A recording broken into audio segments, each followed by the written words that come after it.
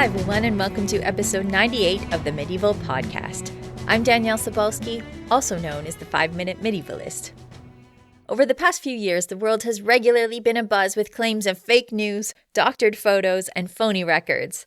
In many areas, technology is making it disturbingly easy to create fakes for entertainment, for power, or for legitimacy. At some points in the Middle Ages, forgery was extremely common, committed for the same reasons, but often by the people we might least expect. This week, I spoke with Dr. Levi Roach about medieval forgery. Levi is an associate professor of history at the University of Exeter and the author of Kingship and Consent in Anglo-Saxon England and the award-winning King Ethelred the Unready. His latest book is called Forgery and Memory at the End of the First Millennium. Here's our conversation about who was doing the forging in the Middle Ages, how they managed it, and how modern scholars can tell the difference between the genuine article and a forgery. Well, thank you for joining me, Levi, to talk about medieval forgeries. This is a really cool subject, and I'm so happy to have you here. Oh, pleasure to be here. Thanks for having me on.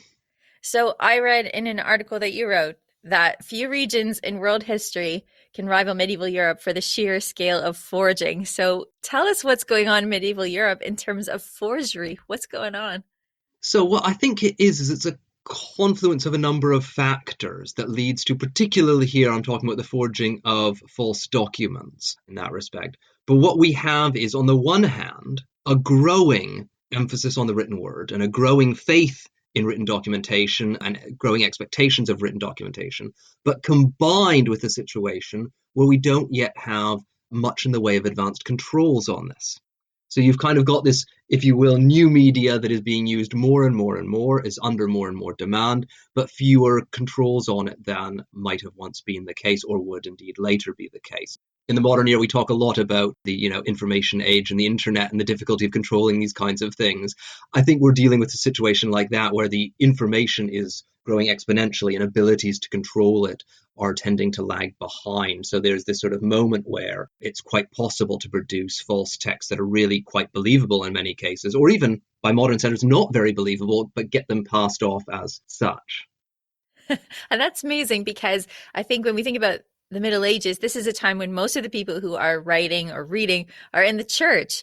And so some of the examples that you have in your new book are about churchmen, the clergy, who are writing forged documents. So what's going on there? Well, in fact, the vast majority are churchmen, and they're the ones generally driving this. So we do get forgeries in the names of secular laymen and laywomen, but actually most of those are produced later. So this is indeed, it's an ecclesiastical phenomenon first and foremost, and that does sort of seem like something of a paradox that we think of this as an age of faith and belief rather than as one perhaps of cynicism. But I think that's actually a false paradox, really, because what we're dealing with is an age where faith is in fact often motivating forgery, where there is perhaps an element of what we might almost now call doublethink involved in these things, that an authentic, genuine document is that which reflects the will of God in the way it ought to be, not necessarily that which reflects the messy realities of the way things are or were. So it's often, in fact, when churchmen looked back at the documents for their churches, expecting there to be evidence for certain things they held to be true, and then found those lacking, that they then forged these documents. And in some cases, these really were attempts to fool people, nick lands that otherwise belonged to someone else. But also in a large number, it's producing documents that provide a kind of paper, or I probably should say parchment trail, for how they own the lands and rights that in fact they do possess. So it's also this kind of situation where people are now putting greater emphasis, particularly by the 10th, 11th, 12th centuries, in the value of the written word to prove what they own, what's due to them. And when they don't have that, there's then this need to produce it. So in many cases, they're producing, in fact, documents that simply demonstrate and justify a status quo that's in fact not under dispute by anybody. So that's another big element of this, where it's perhaps what someone's been called Pious, that is a pious fraud, a kind of forging because it's in fact serving the greater good, it's serving God by perhaps slightly underhanded means. It's kind of ends justifies the means morality, if you will. So what kinds of things are they forging? These ecclesiastics they're trying to defend their territory and things like that. What kind of things are they forging at this time? They're primarily forging documents we call charters, that is, documents granting or confirming land and or legal rights. So it's often saying just simply how we came to own this land here or there. Other kinds of texts, though they very often forge, are ones giving particular kinds of preferential rights. So very common are what we call immunities. Those are ones that are removing a church from the oversight of secular legal authorities, if you will. So are often creating them as kind of islands of their own jurisdiction. That's very desirable if you're a churchman. So that we get lots of forgery around those, and often updating again the nature of even earlier authentic texts to reflect later legal mentalities too. Because again, these are not kind of stable legal institutions. We speak often, and I can be guilty of things like immunity as if it's a single thing, but it evolves over time. And so do the expectations of these documents. So those are very common. And another kind of document that's very common that sometimes combines some of these rights of immunity are what we call foundation charters. And these are normally charters celebrating the moment at which a religious house is founded. And there are many authentic ones from the Middle Ages, but there are also a very, very large number that have been completely forged outright or have been adapted and improved. And again, because these are these kinds of foundational texts, they're what everyone looks to in later periods to reflect what the house is about, what it should be doing, what its legal status is. So there's this strong desire to, if you have one, update it. If you don't have one, to mock one up. And again, we get to this situation where people, if they have them, are trying to sort of keep them up to date and improve them. If they don't have them, they're often feeling like they ought to have one and therefore are kind of producing one. Well, I think that the thing that is so stunning to me is that these charters and land grants, they're granted by people like popes and kings. So when you are creating these forgeries, you're forging in the name of the king or the pope, and that's really audacious, I think. It is, but of course, that's the whole name of the game. Why fake up a document in the name of somebody who doesn't have a very high authority? The whole point is, if this person doesn't have higher authority than you do, then why are you writing in their name at all? Yeah. So it in fact is, and there's a strong tendency that the higher authority credited to an individual, the more likely their documents are to be forged. So it's above all royal and papal documents. We see some of dukes and counts, particularly in later periods, but you can also even chart some of these developments. So one of the things I'm able to show in one of the chapters of the books is, in fact, that the 11th century is where we start seeing really larger numbers of papal charters being forged. And this correlates directly with greater authority being accorded to the Pope and the growth and development of the papacy itself. So as people are looking for more authentic documents from the popes and according these greater value in courts of law and in society more widely, so too, of course, they start faking them more. Do you think that this is in part also because many people wouldn't have seen a document from the king or the pope, so it makes it a little bit easier to pass that off because what do you have to compare it to? Potentially. Well, I think that's partly what makes forgery easier anyway. In fact, it's not just from kings and popes. We tend to think that it might be quite easy to compare these documents. And when you do compare them across a large archival corpora, as modern scholars do, it's quite easy often to spot some of the more egregious and obvious forgeries. But of course, we're dealing in a period before print, where documents are copied by hand, and where not all archives are open to anybody who wants to do so. So even in a best case scenario where you are a monk at a fairly large monastery, say, with a large scriptorium and archive, at best you have access to all of the documents in your monastery, and you may not even have that, but that's your best case scenario. So your ability to test your neighbor rocking up with the diploma of Charlemagne, whether or not it's authentic, will depend upon whether or not you have one in your archives that's authentic, and you may well not, or what you have may be a forgery itself. So we're dealing in a scenario that's just so much tougher that we kind of take for granted the power of print, and of course now of an internet age where we can very quickly, at a few clicks of a mouse, potentially compare a document that claims to be a charter of Charlemagne that survived us at a place like Saint-Denis outside Paris with one that survives, say, from Passau in Bavaria. Somebody couldn't do that in the 10th, 11th, 12th centuries. It would have been absolutely impossible. So this is a major obstacle to those who are trying to identify forgeries in this period. And it's partly why, as you say, it is actually so much easier to get away with it, because a lot of these people don't know exactly what a royal charter looks like. And even those who do don't necessarily always have that kind of finer sense of what might be the smallest of errors that we might note nowadays. So they might be able to spot a particularly bad forgery, but one that was, say, modeled on an authentic text becomes much trickier. Yeah, exactly. And I was thinking about how some of the ways that we are able to spot forgeries are by looking at things like distinctive hands. And I think that maybe not everyone realizes that the type of hands, type of actual way that people were forming letters changes over the Middle Ages, and it changes from where you are. So I was wondering about how detailed people are in creating their forgeries. Do they try and mimic the handwriting that is from former centuries? I think you mentioned that papal bulls were on papyrus as well. Do they try and get their hands on papyrus? How detailed are these forgeries in general? So they're hugely variable. They range from the really, really obvious for a non-expert that, you or I could take a superficial glance at and tell immediately that must be wrong. So a papal charter from the 9th century that's not on papyrus that claims to be original, something that's in completely the wrong script. And we get plenty of examples of people not realizing yet that script changes over time. So that is, again, one of those things that people become much more aware of when we get printed books and circulation of much more evidence of how script has evolved over time. At the same time, I think we need to balance being aware of the obstacles with actually an awareness of how sophisticated they often were within the limitations of the period. Because as you're hinting at there are in fact also cases where they do imitate earlier hands. So while some forgers don't seem to be aware that these things change, some are very acutely aware and actually imitate sometimes quite successfully.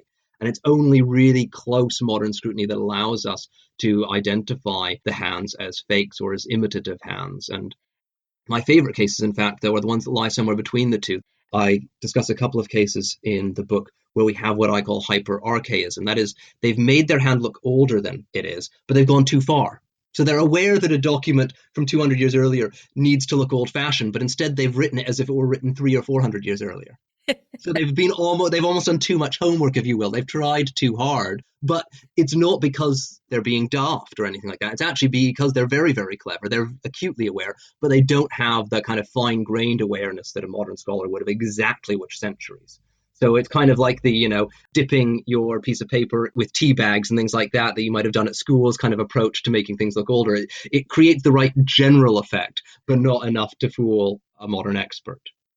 It's funny because when I was thinking about this last night in anticipation of talking to you, I was thinking about people dipping their papers in tea or burning them at the edges to make them look older, and the different ways in which we try, and, at least, in elementary school and things, to pass things off as being older than they are.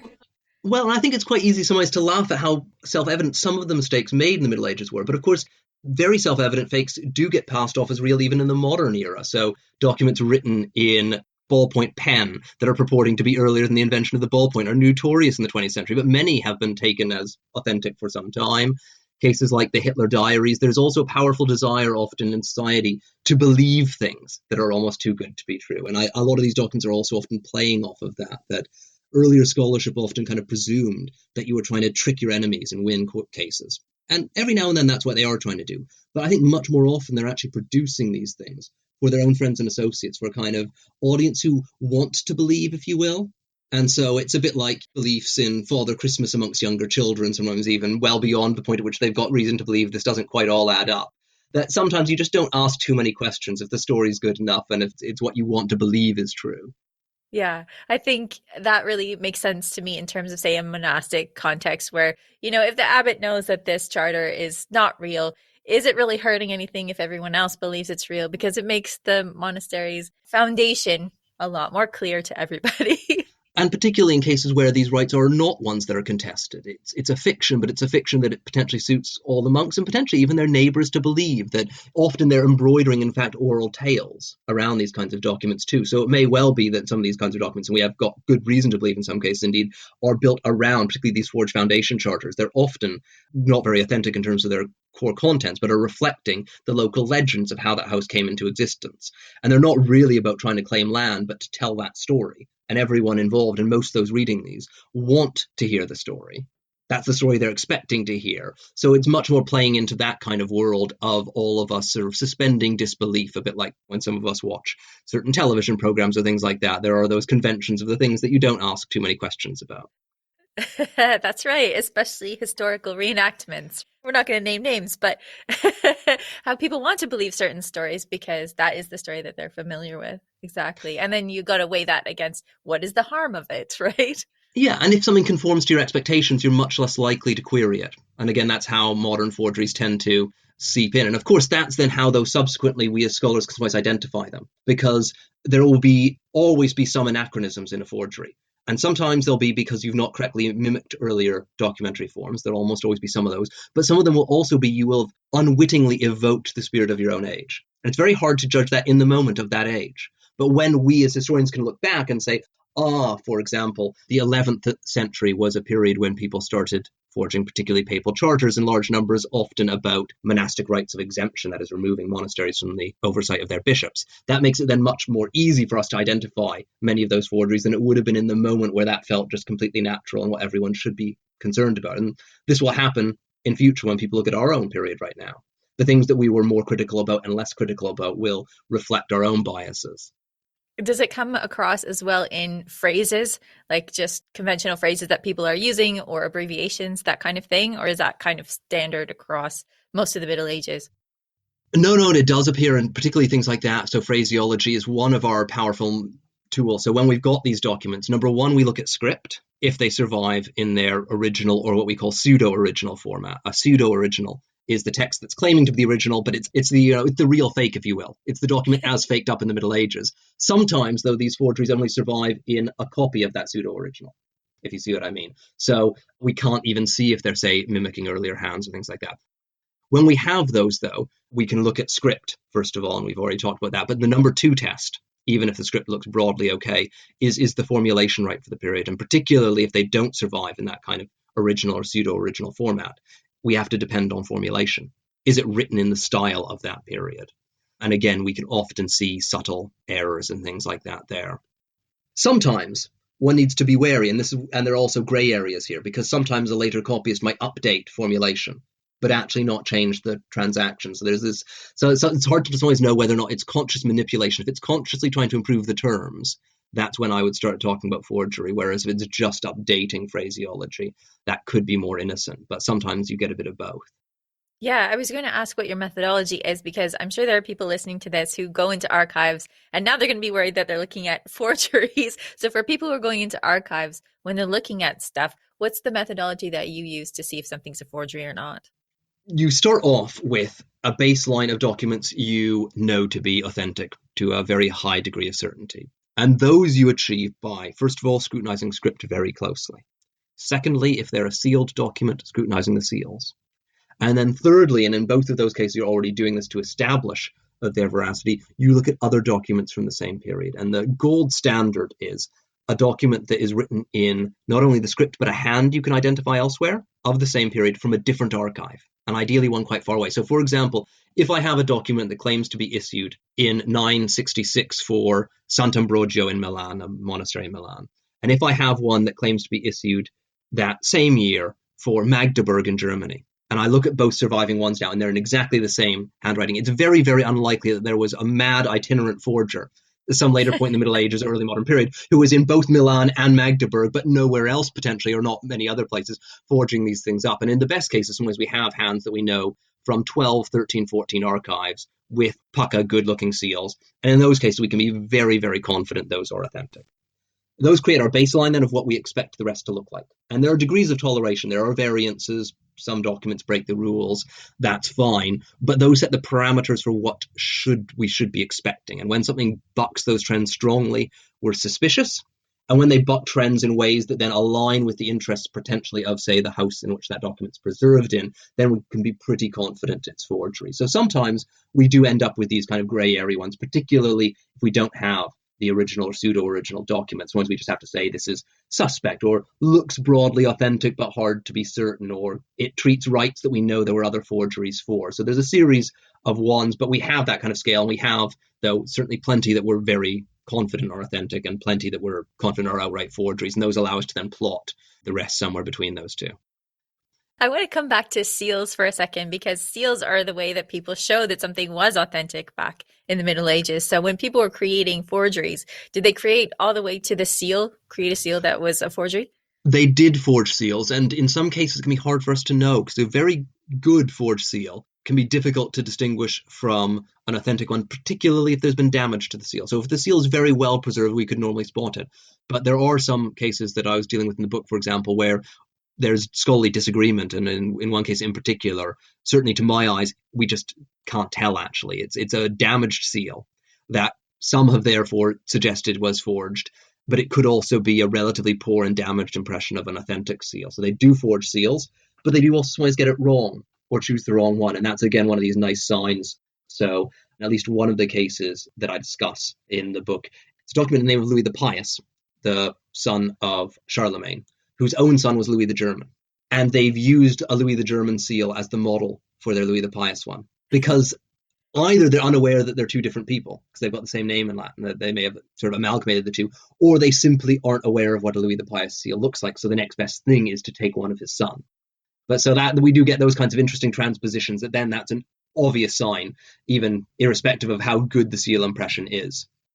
The trickier one to tell, though, at times, is that it also was possible to remove an authentic seal and put it onto a fake document. Now, that often weakens the seals, and there are, again, signs often in the sealing itself that we can identify. But that's the kind of highest level, trickiest to tell, is if they've actually just chosen to destroy an authentic document of theirs in this ruler's name in order to create their forgery.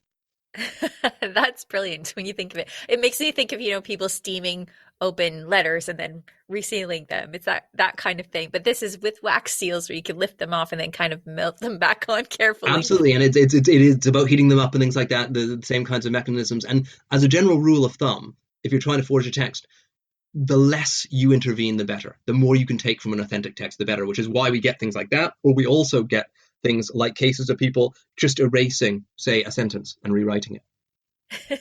We can now normally tell because the ink color will be different and particularly will have aged differently. And if you have it available, you can sometimes undertake multispectral imagery on it. You can often see signs of erasure, but that's a very good one. You can see why people would do it, though, because the rest of it's all completely authentic.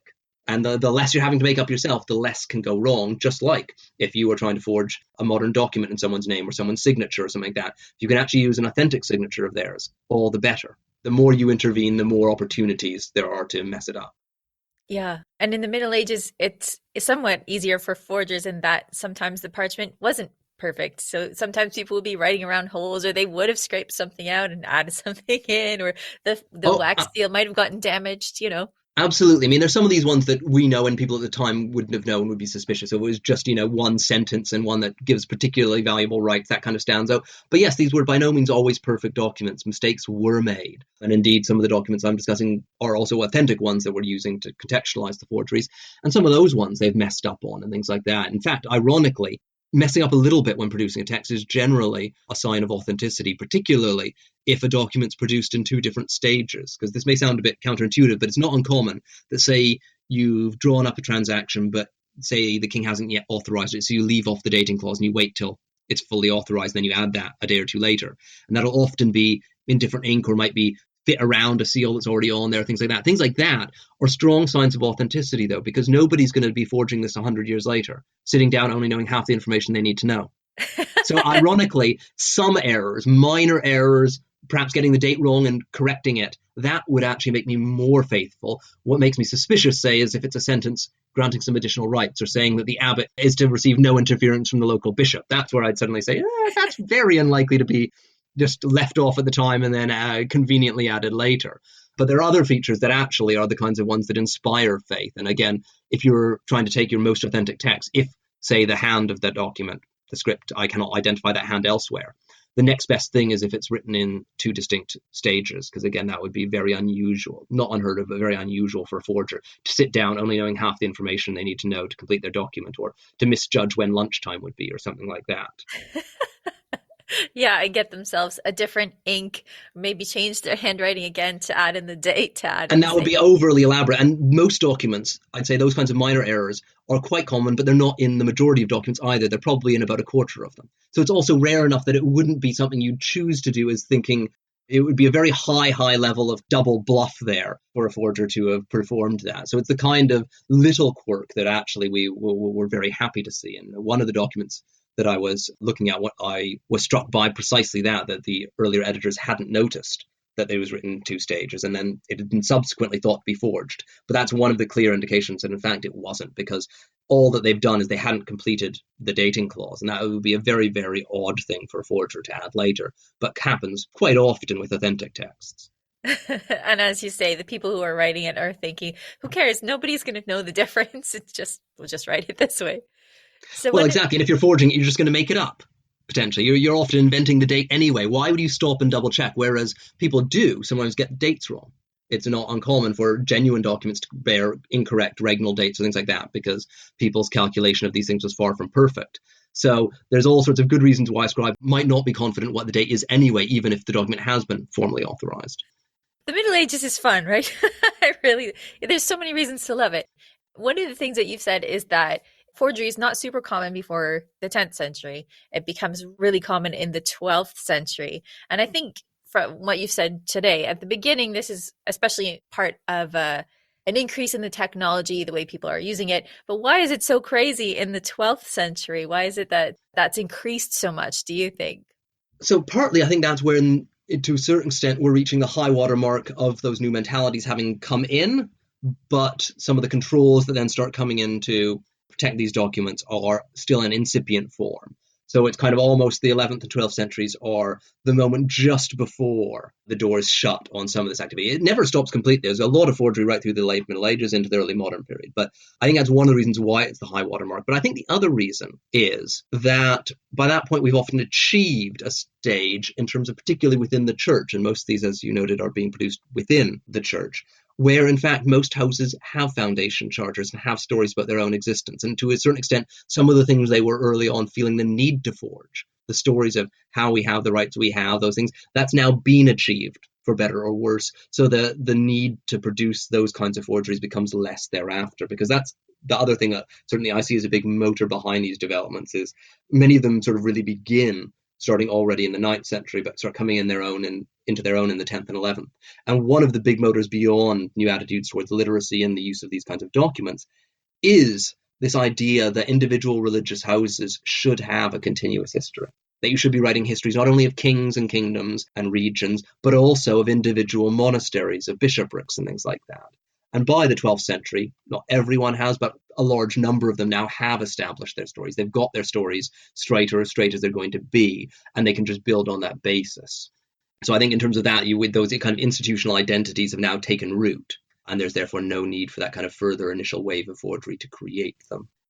Is there a little bit of a cultural shift as well? Because I'm thinking about the people writing in the 12th century. You have Geoffrey of Monmouth, who's just making up half of the history of the kings of Britain. But his contemporaries are saying, we shouldn't do that. We should try and make this as precise as possible. So do you think there's a cultural shift as well to more precision, or you think that's just kind of coincidental?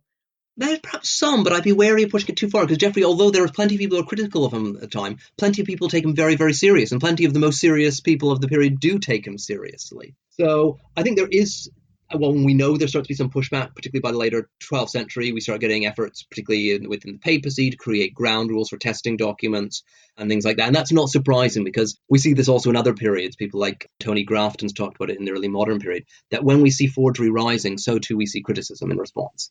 Because people are not idiots. They're aware that people are forging, and the more that people are forging, the more uncertain they become. So there certainly is something of an incipient response to this. But as I say, I think another key element is that these things are often embedded in institutional identities that by then have taken root. And it's an interesting sort of just fact or game one can play. But for the vast majority, at least of the larger monasteries and cathedrals, we can trace something of a continuous history from the 10th century onwards, and in some cases from the 9th onwards. But for very few can we push it much further back than that. And that's partly because that's where their documentary trails start to run dry in terms of these kinds of things. And I think that once we've got these kinds of attitudes that these houses should be having their own histories, their own well-kept archives, things like that, those kinds of attitudes don't rapidly disappear. All right. So one of the things that you've just mentioned is that because people are aware of forgery, that there are some controls that are starting to come into play to make sure that things are not forged, that they're authentic. So what are some of the controls that start to come into play once we get further past the 12th century and the height of forgery in the Middle Ages? I should say most of these are practiced already earlier, but what they start becoming is more systematized. So the key things we'll start looking at is they do look at script, and they're aware that script changed over time. Some are more aware than others and are better placed to criticize this. So they do often, though, look at script. Particularly, one of the things they do look for, because they're aware that people often erase things and add things, is any kinds of additions that look suspicious. So that's one of the things that we hear of regularly is adjustment of letters being seen as suspicious. So that's one of the things they'll immediately look for. Another is a lack of seal or damage to a seal, or a seal that looks bad or doesn't look like other authentic seals. So those are probably the two biggest ones they're looking at. They occasionally do look at writing and phraseology, but they're much less aware of that changing. And indeed, most of these things take a long time really to take root. So although it's sometimes suggested that we move into the Renaissance and you get this, what Peter Brooks called a Renaissance sense of the past, and suddenly people become aware of anachronism and become much more cynical and much more skeptical. The truth of the matter is, some of them do some of the time, but some of them always were. And actually, it takes a long time, really up until the 17th, 18th centuries, before we start seeing all of these being really used really systematically in a way that looks like the way modern scholars would perform these kinds of actions. Right. So if you had a charter that was being given, is there somebody that would look carefully at it? Like, who would be in charge of looking at this and see if it's authentic or not? I'm sure there isn't an office, in the king's home or in the monastery, but who would be looking at documents to see if they were authentic or not? So there'd be at least two different contexts where that would be happening. One is we have what we call the chancery. That is a body of churchmen loosely organized, and I'd emphasize very loosely. The term chancery is not a contemporary one for the period I'm talking about. But we do have, for example, these figures who regularly write documents for the same kings. This is how we identify these hands that operate across kingdoms, things like that. And those kinds of individuals are clearly in royal employ, either periodically or continually, and some of them seem to be present quite often at court. So they are part of what we often informally call, normally in inverted commas, the chancery.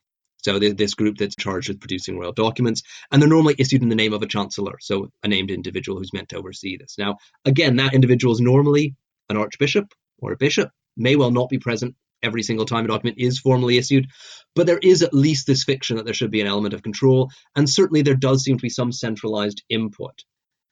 So one of the key things is obviously someone has the seal. The royal seal isn't just given out for free. So even when the recipients produce their own documents, which they do sometimes, and then bring them to court to be authenticated, the seal will be put on at court. And often some of the final details of the dating clause might be added then, particularly in French and German documents. There are these royal monograms that are quite fancy. Again, these are designed as authenticating measures. They're quite difficult to fake. That will be added normally by what we call the chancery, by a scribe based there.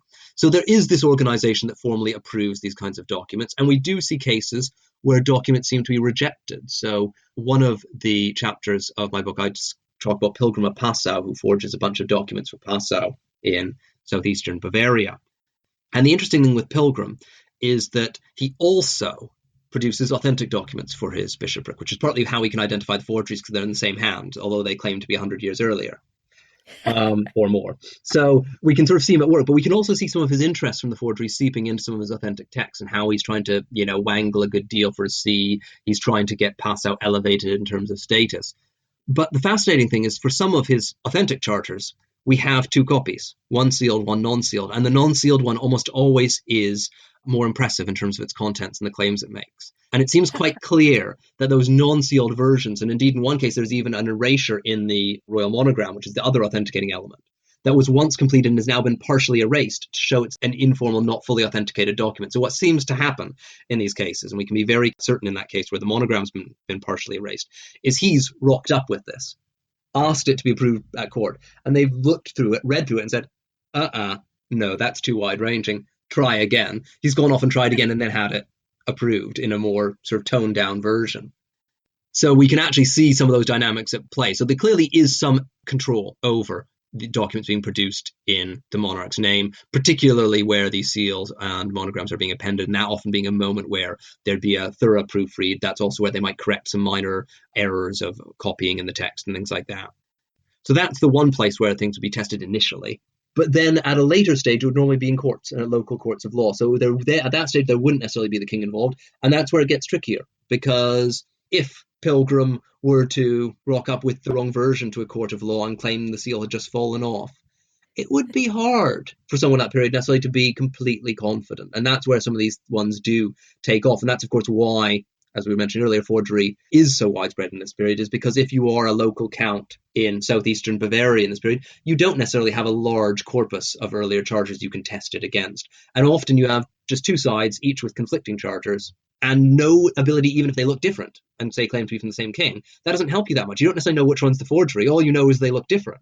Which of the two should you now trust? So unless you've got a larger basis of other ones to compare these things against, it is tricky. And that's where they're probably most often snuck in terms of an illegal sense. I'm just thinking about this, how you could just bluff it out sometimes, The confidence in a con is how it works. In the medieval period as in the modern age, that somebody confident, and also of course most people are illiterate. Many churchmen are only partially literate, or at least are not fully comfortable in these documentary forms. So the number of people capable of producing texts like this are relatively few. The number capable of criticizing them is even fewer. For most of your local population, if it's written and is broadly the right dimensions and has a seal on it, it looks bloody impressive anyway. Especially if it's coming from, as you say, a place where they're making authentic ones and forgeries. Why would you question it? And many of these past were authentic well into the 20th century, and some are debated back and forth. In a few cases, I've been able to cast doubt over documents previously thought to be authentic. In others, I've been able to show that the reverse has happened. There's been hypercriticism that scholars have dismissed documents that actually are almost certainly authentic, but because they were believing overly elaborate schemes of forgery and overly complex arrangements around them. Do you have a favorite example of these forgeries now that you've looked at so many of them? My favorite probably is Pilgrim of Passau. It's a nice one because we know that Pilgrim is the forger himself.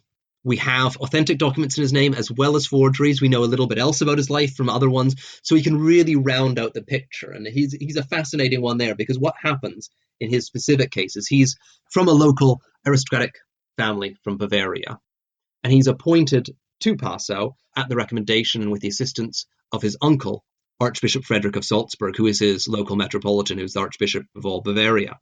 This is interesting because one of the first things he seems to do as Bishop of Passau is forge a bunch of documents. And while a few of these are royal charters just claiming individual local legal rights, a large number of these documents are claiming that Passau is in fact the local regional archbishopric and was archbishopric before Salzburg. So we seem to be seeing this sort of insight into a familial tiff here, which was clearly just as common in the Middle Ages as it is in the modern era, but where he's actually taking aim at his uncle. Even better, he's used as base texts for his false papal privileges, ones he'd seen earlier in Salzburg, clearly under his uncle's oversight. He's clearly received some of his training at Salzburg. So what he's doing is he's in fact creating an equivalent story, or more, indeed an even more impressive story for Passau to that which he's seen at Salzburg. And I think this is a clear case of kind of keeping up with the ecclesiastical Joneses. He looks over his shoulders. He's jealous of his uncle. He wants everything his uncle has. And so he's mocking up these documents that clearly are taking aim at his uncle there. Best of all, though, we can then put these side by side with authentic documents that he's produced in this period, because all of the authentic royal charters for Passau in the 970s are written and drafted by Pilgrim. And a number of these also are in rather oblique fashion, trying to make similar claims. They're all, if you know his forgeries, subtly trying to big up Passau in one way or another, talking about its importance, its long history, things that wouldn't necessarily have occasion note if you didn't know the forgeries as well. But if you know both sides of the story, you can see it.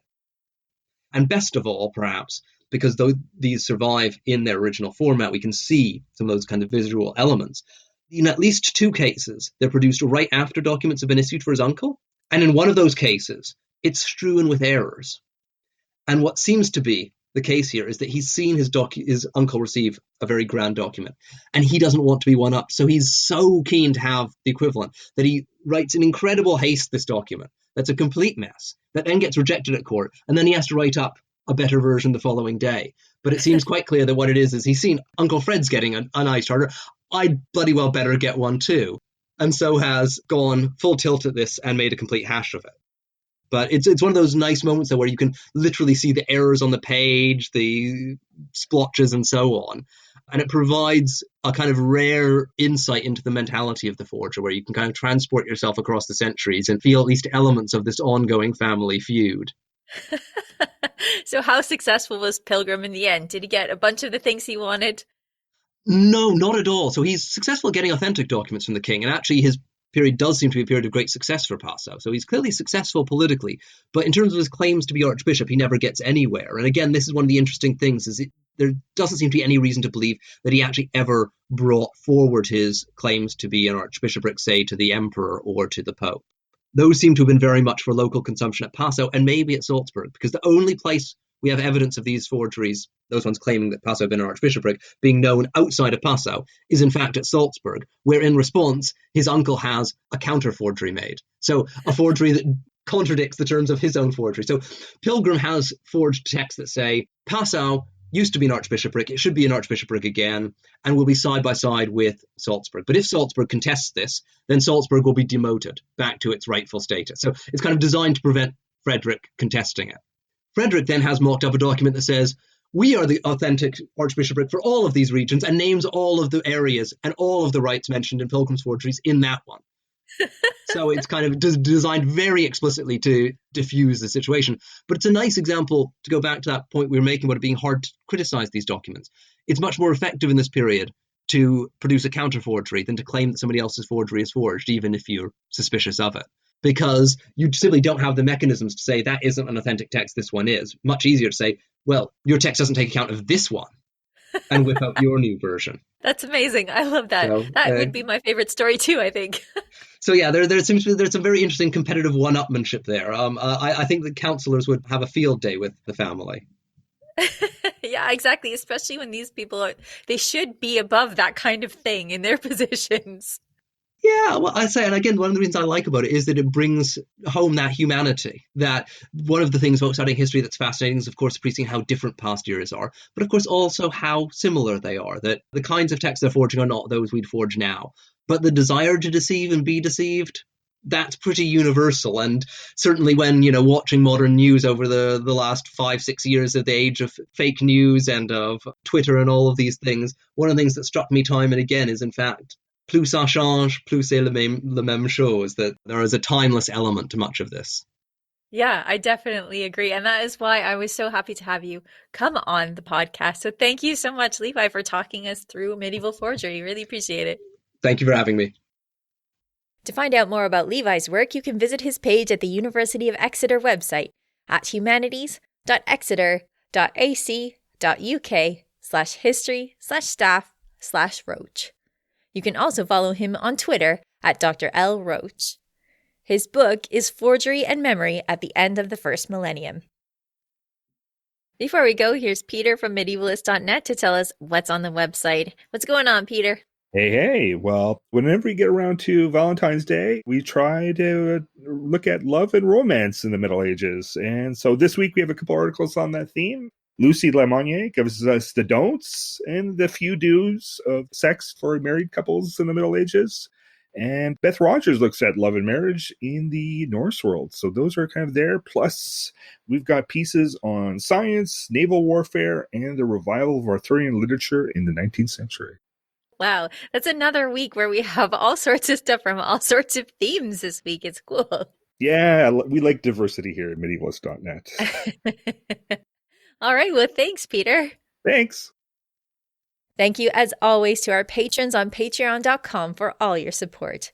Patrons of the Medieval Podcast can get great stuff like subscriptions to Medieval Warfare Magazine and the Medieval Magazine, membership in our book club, and maps made just for us by Tina Ross. To find out more about how to become a patron, please visit patreon.com/medievalist. March is just around the corner, and that means that it's time for a new session of the Medieval Masterclass for Creators. This is a 6-week online course that I developed to help people creating fictional medieval worlds by showing them some of the practical aspects of real medieval life. You'll learn about cooking with Beth Rogers, combat with Ken Monshine, blacksmithing with Tom Timbrell, textiles with Katrin Konya, and daily life with yours truly. You also have the opportunity to connect with other creators for inspiration and motivation, and you get the chance to ask me anything, anytime. To find out more about the Medieval Masterclass for Creators, please visit medievalmasterclass.com. The next session begins March 5th. For everything from love to legalities, follow medievalist.net on Facebook or Twitter at medievalists. You can find me, Danièle Cebulski, all over social media at 5MIN-Medievalist or 5-Minute Medievalist. And you can find my books, including Life in Medieval Europe, Fact and Fiction, at your favorite online bookstores. Our music is Beyond the Warriors by Guy Frog. Thanks for listening, and have yourself a genuinely awesome day.